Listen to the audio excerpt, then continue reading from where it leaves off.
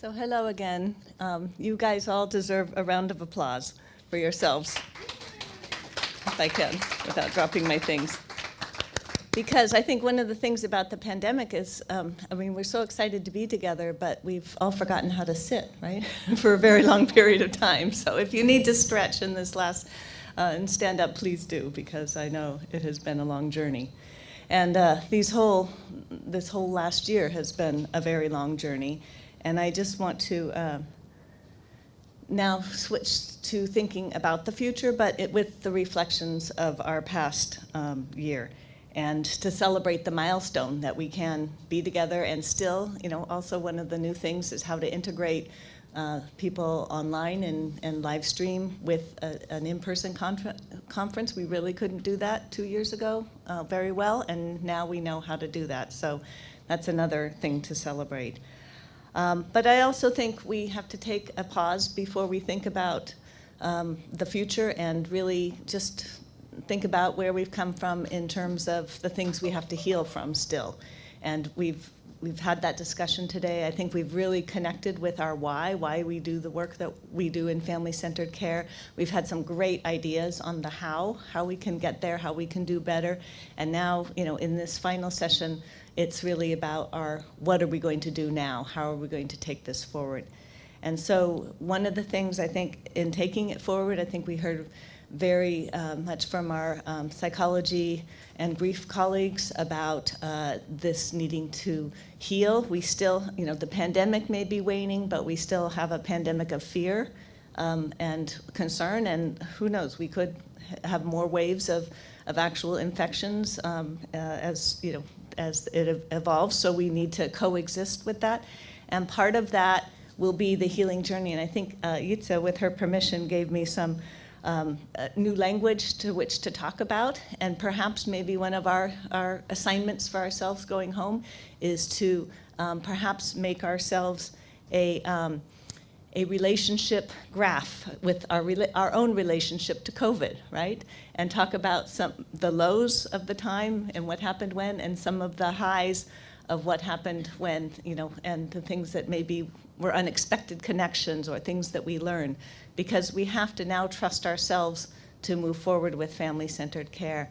And so she also talked about the process that she uses, where it was talking about apologizing, looking at the timeline and apologizing for the things you wish you could have done differently, forgiving yourself or others when things were wrong and we didn't know better, and the thank yous, the appreciations that came along. And through that, we sort of integrate the experience and are able to move forward. So I'm going to just play around with that a little bit in the next few slides about things we can do in terms of our relationship with the COVID pandemic and how we can bring that to family-centered care. So one of the things we've learned, and I think this was in one of the earlier presentations from Nisha about the harms that have been done to families, we now have several really strong reports. The first two panels are around the impact on parents, which we've heard about, and how the separation that was caused, not necessarily by the virus. The virus didn't cause the separation. It was our policies, our reactions, our fear of the virus that made us, do what was necessary to prevent the spread in some ways, but maybe in other ways we went too far, or as new knowledge came in and we know we didn't have to go so far, we still kept the stricter restrictions, and what harm that has caused, what price parents and families have paid for that. The third panel is a study from the US about nurses, but it also has been done with doctors, showing that by separating families from the sick person in the hospital, whether it be a child or adult, has caused harm to health professionals in that their work is harder, their work is more burdensome, and they have also felt that now shows up in burnout and other things. So we've made that difficult. We can apologize to our families, we can apologize to ourselves, we can forgive ourselves, but now that we know better, we can do better.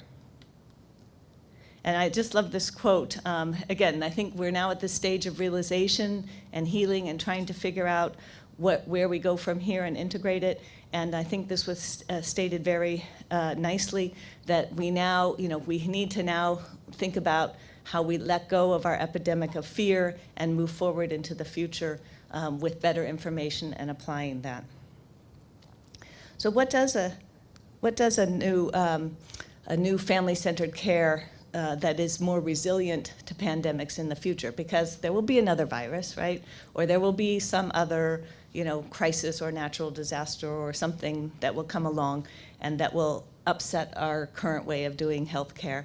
And are we going to let family-centered care press the pause button on it? Are we going to, think of families as visitors and not as our partners? How are we going to handle the next situation, and will that be done in partnership?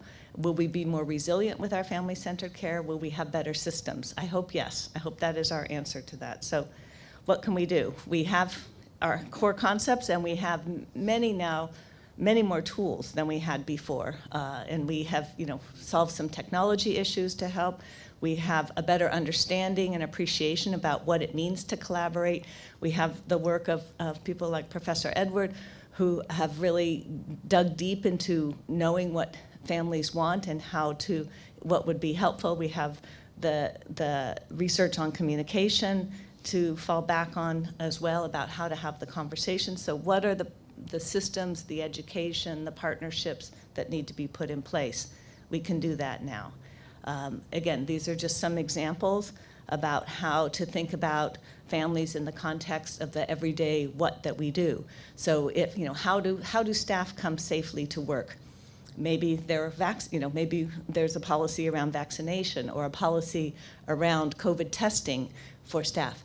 Can we apply that same policy to families so that they are not restricted to 1 hour or 2 hours or 3 hours a day, that they are essential workers just as the staff are essential workers, and we apply the same safety policies to parents as we do to staff, and we work together to make that work.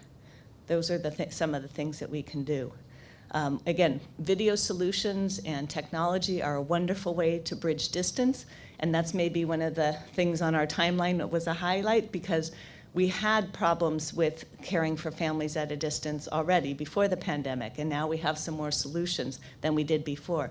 But at the same time, we don't want to use the video or the remote telemedicine technology to replace the need for direct content and presence at the bedside and participation in the care. So we want to integrate that, use it where it's useful, but not have it be a substitute for actual physical contact where that's needed. So we can creatively use the space. Maybe we put the more of the members on the team on the remote call and have the parents at the bedside, and we have done that in several situations in ours. So the team is on video and the parents are at the bedside with the baby on the skin-to-skin. So we don't, we try to maintain the necessary skin-to-skin hours, and the team is remote, as opposed to having the team have preference and the family be remote. Those are some of the situations, ways that we can use it.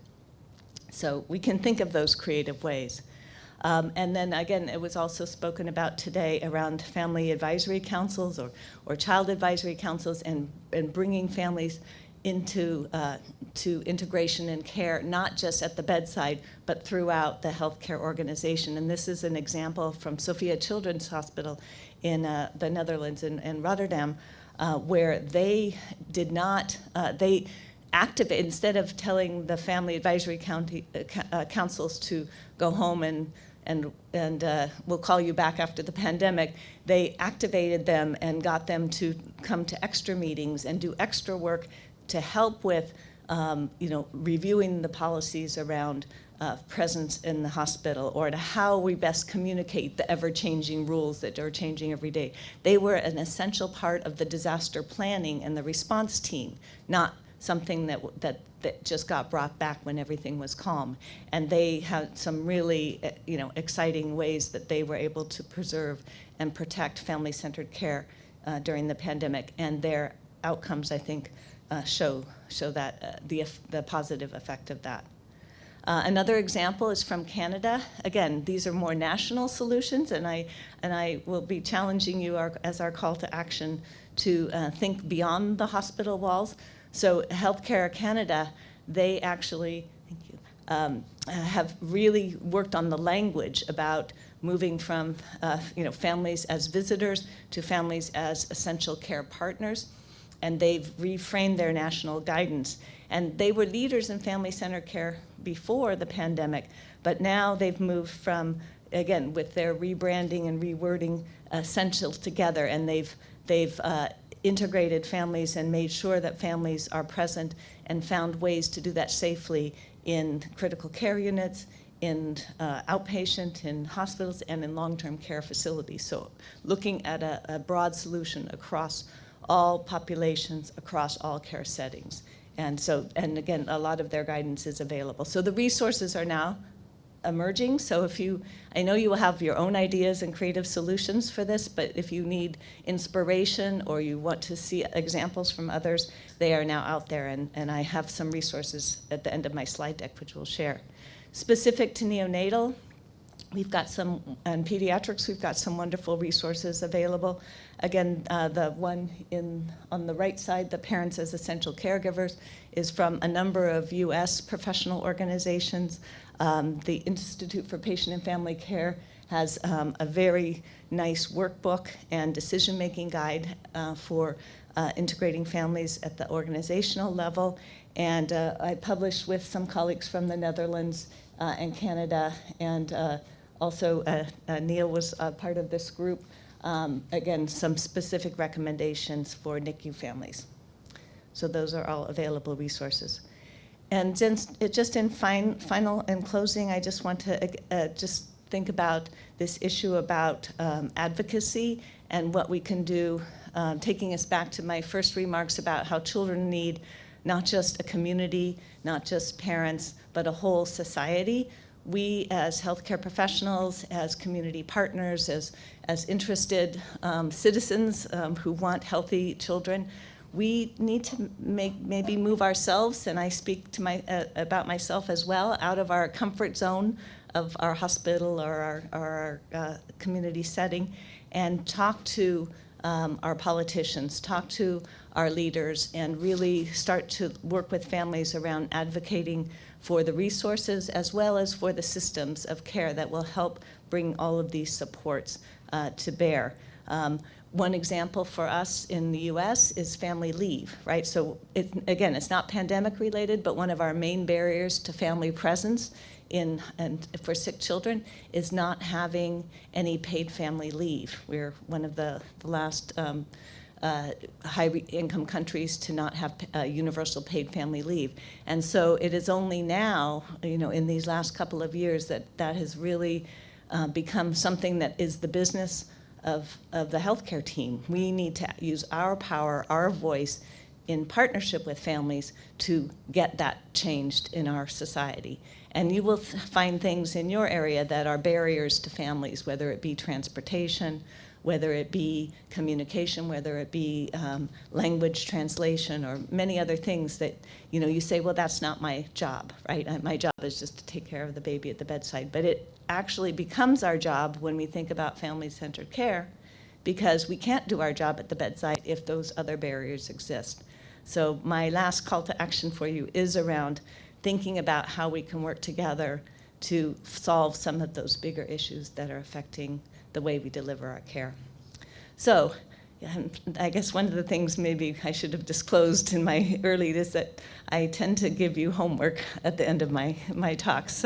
But I can do that with confidence with this group, because when I have interacted with you before, either in 2019 in person or by video, you have always taken these messages and taken them to another level beyond my expectations. So I have no doubt that when I next have a connection with you, we will see how you are leading now in those areas. So with that, I just say thank you for this wonderful opportunity, and I look forward to this panel discussion where we really have a chance to interact more and hear more of your thoughts about where we go next with this. Masha danki.